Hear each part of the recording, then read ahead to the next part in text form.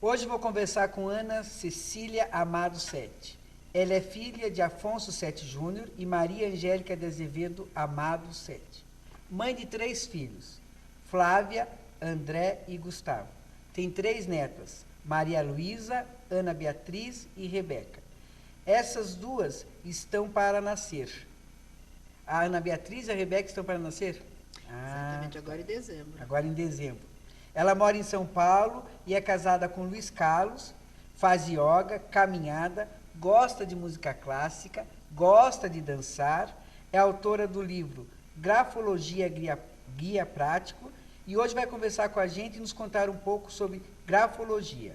Tudo bem, Ana Cecília? Tudo bem. Prazer enorme estar aqui com vocês. Prazer é nosso estar recebendo você aqui e queria assim que você começasse já falando para a gente e explicasse para quem está lá em casa, que eu acho que é uma grande curiosidade, sobre o que vem ser grafologia.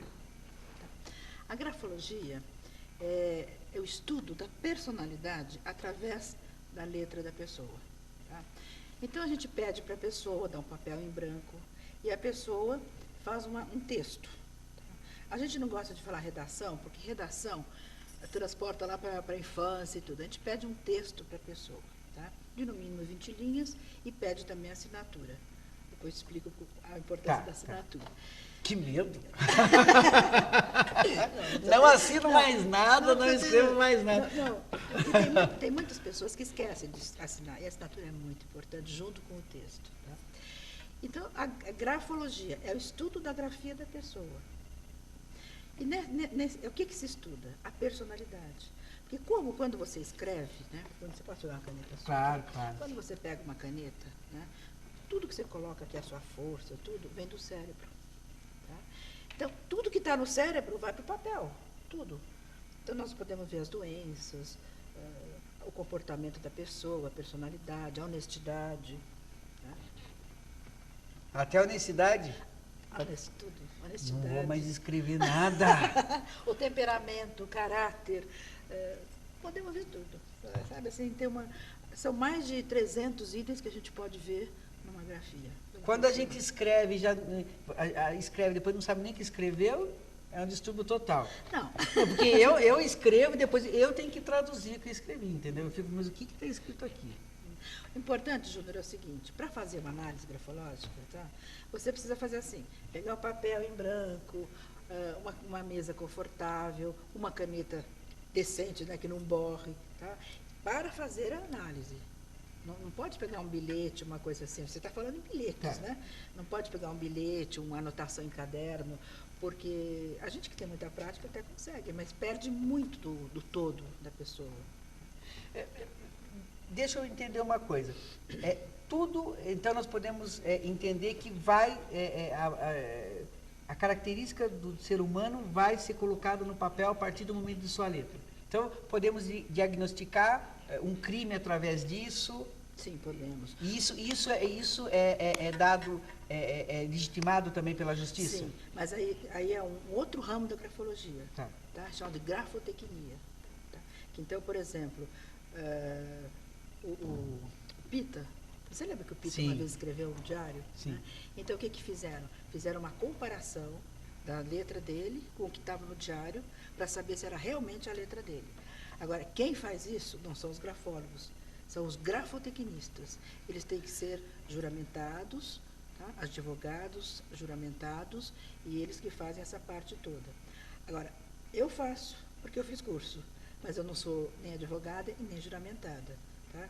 Então, eu faço mais assim na intimidade, mas é uma coisa que exige muita ética e é uma coisa muito perigosa. Porque você pode reconhecer uma coisa dessa, tá? Então você pode ser perseguida, é uma coisa muito perigosa. E eu prefiro muito mais lidar com o ser humano no sentido de ajudá-lo, recomendá-lo, porque eu trabalho também com orientação vocacional, que eu utilizo a grafologia também, né? Então eu prefiro muito mais lidar com outro tipo de ser humano. E nós podemos entender que a grafologia, então, ela é usada também no alicerce, na ajuda da psicologia, da psicanálise, da psiquiatria. Ela serve para esses parâmetros também. Sim, sim, sim. E se pode também, através da letra, entender se aquela pessoa está sofrendo de algumas doenças comportamentais e doenças biológicas também? Sim. Tudo vai para... Tudo vai para o papel. Eu vou dar um exemplo para você, que é o seguinte: a minha mãe, ela teve câncer no pâncreas. Tá? E eu, imagina, meu pai médico, meu irmão médico, gastro, né? Meu irmão é gastro. E ela perdeu 20 quilos no ano e ninguém descobria o que ela tinha. Como ela sabia que era alguma coisa grave, né? Como ela falava muito bem francês, ela me ajudava muito nas traduções dos livros de francês de grafologia. E ela se interessava muito pela grafologia. 15 dias antes dela morrer, ela falou assim: minha filha, eu vou fazer um texto para você ver o que eu tenho. E ela fez, realmente, eu detectei. Eu não posso, sabe? Aí entra a coisa da ética, eu não sou médica, eu não sou... Mas, não é que Sua mãe. Não é que você detecta as coisas, você recomenda, procure um especialista. Aí, com aparelhos, com lupa e outros aparelhos que a gente tem microscópio. Então, por exemplo, na letra G, que é a letra da energia, da potência, da libido, na perninha da letra G, estava cheio de falhazinhas, parece um tercinho, sabe? Tudo assim, né? Isso é só um expert que vê, né? E eu percebi, aí eu falei para minha mãe era desperta, eu falei assim: eu não vou fazer, não, vou pedir para a Luísa Medeiros, que é uma grande amiga, e grafóloga, muito competente. E passei para ela confirmou. Aí eu falei para meus irmãos: olha, é coisa grave, eu não sei aonde que é, mas é na região é na região do estômago, do intestino, então, eu tenho curso... Pela letra. Pela letra. Eu tenho curso de psicodiagnóstico que eu fiz na Argentina, né? Então, é aquela coisa, você detecta e manda para o especialista. Não pode tratar. Você dá um encaminhamento. E 15 dias depois ela faleceu. Eu não dei retorno para ela. Eu falei: mamãe, a Luísa não devolveu. Ela foi ficando ruinzinha. E o câncer de pâncreas, quando descobre, já não tem mais jeito. Então, essa é a doença biológica. Agora, a doença, vamos dizer assim, emocional, vamos chamar assim, emocional, a gente percebe todas. Complexos de Édipo, complexos de... Todas elas. Hoje mesmo uma aluna perguntou: mas como é que você sabe que o A aberto em cima é uma pessoa que é receptiva? E a gente tem muita pesquisa, porque vem tudo do cérebro, né? No Brasil a gente tem uma carência muito grande de pesquisa, mas na Itália, a Itália é o berço, né, da grafologia, Itália, Espanha, Alemanha, então é o berço. E a gente detecta, por exemplo, por tremores, por nervosos. E posso ir adiantar um pouco? Claro, claro. Além das doenças, a gente detecta também as drogas, né? Então, um caso, se é usuário ou não.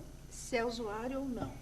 Geralmente a droga... Isso é maravilhoso, né? Não sei se é maravilhoso ou se assusta, mas... Não, é maravilhoso, porque outro caso hilário, quando meus filhos eram adolescentes, né, que agora já está todo com quase 40, e eles iam pedir para eu acordar. Mãe, tenho prova, me acorda cedo, né? Putz, era tudo preta de forma. Falei: xiii, bebeu, né? Aquelas cervejinhas, ninguém era exagerado, né? Mas ele: como é horrível ter uma grafóloga. Por exemplo, uma criança está sendo alfabetizada nos seus 5, 6 anos de idade, ela já começa a ter a sua grafia. Através disso, nós já podemos começar a entender como vai ser essa criança? Olha... Ou é muito cedo? É muito cedo, tá? Porque é o seguinte, a criança, ela começa pelo rabisco. Então, existe um capítulo da grafologia que chama rabiscografia. Então, por exemplo, minha netinha, ela já desenha. Agora ela vai ganhar irmãozinho. Se por acaso ela ficar com muitos ciúmes, o que é bem provável, aquela coisa toda, a gente, pelo desenho, percebe que a criança está agressiva, tá? Ela própria, assim, sabe, uma coisa agressiva, uma coisa mais forte, ou muda a cor, usa um vermelho. Mas a gente ainda não pode... Não. Agora, depois a criança começa a escrever, ela vai para a escola e aprende a escrever. Aquele sistema de caligráfico, aquela coisa toda. Aí, vamos dizer assim, com 10 anos, 9, 10 anos, é que as coisas hoje em dia é tudo mais cedo, né? Mas a criança já, quando ela está alfabetizada, ela começa a criar a personalidade dela. Aí, ela começa a formar a letra dela. Mas, por exemplo, se a gente começa a detectar que aquela criança, por exemplo, vai ter um problema de distúrbio, vamos dizer, pode desenvolver uma esquizofrenia ou pode desenvolver uma síndrome de alguma coisa. Já tem como ir trabalhando isso na criança para que não chegue adulto a ter esse problema? Tem. Existe um outro capítulo, né, que chama Sinais de Identificação, Sinais de Alarme na Escrita da Criança. Tá. Então, nós temos vários tipos de, por exemplo, uma criança que escreve muito certinho, sabe, tudo certinho, limpíssimo, ela pode ter algum problema de fixação na fase adulta. Na fase T, na fixação que vem lá da fase da infância e que vai ser projetada na fase adulta. Né? Por exemplo, falando um pouquinho de Freud, né? Existe aquelas pessoas que têm fixação na fase oral. Então, você vê direitinho na letra da criança, você vê bem de cedo, sabe? É bem arredondada, tem boquinhas, isso é bem comum. Então, você já pode saber que essa criança vai ser uma criança que vai ter todas as características da pessoa da fase oral. O que é? Ela é gordinha, vai ser gordinha, ela gosta de comer muito, ela quer ser atendida na hora. Toda que escreve redondinho. Não. Tem que ter as características da oralidade. Da oralidade. Tá? Não, redondo não, pelo amor de Deus, porque a maioria tem letra redonda, né? É tudo doente, né? Aqueles, por exemplo, que fazem muitas facas, sabe? Eles podem futuramente ter problemas, ter fixação na fase fálica lá no passado e apresentar uma série de características lá na frente. Dá para fazer muito bem. E aí, uma pergunta de uma pessoa totalmente leiga nisso. Por exemplo, o analfabeto. Ele não sabe escrever. Como nós podemos detectar? Não dá. Em hipótese alguma. Nem faça um risco, é impossível. Aí nós usamos outro teste, que é o palográfico, né? Que eu sou psicopedagoga, né? Não sou psicóloga. Mas eu sei aplicar também, mas não posso, porque eu não sou psicóloga. Eles utilizam o palográfico, que é um outro teste. Tá? Geralmente é isso. Ou, agora, a entrevista, por exemplo, para contratação, a entrevista nunca é dispensada, né? Porque você tem que ter o cara a cara, ver a empatia, se você gosta do funcionário, certo? Então, a pessoa que não tem escrita...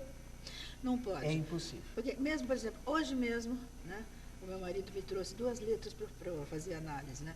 Uma delas é uma poesia num caderno pautado. Tá? Tem que ser essa folha em branco, sem pauta, não pode ser com pauta, porque se você coloca a linha, você dá um limite para a pessoa. E aqui ela está completamente solta, né? Então também não pode ser poesia, porque muitas vezes, às vezes você é analfabeto, copia, tá? Mas você perde a velocidade, a criatividade, né? As palavras reflexas, você perde muita coisa. Eu falei, então vamos trocar, vamos pegar outro material, porque com esse não dá para fazer. Não dá para fazer.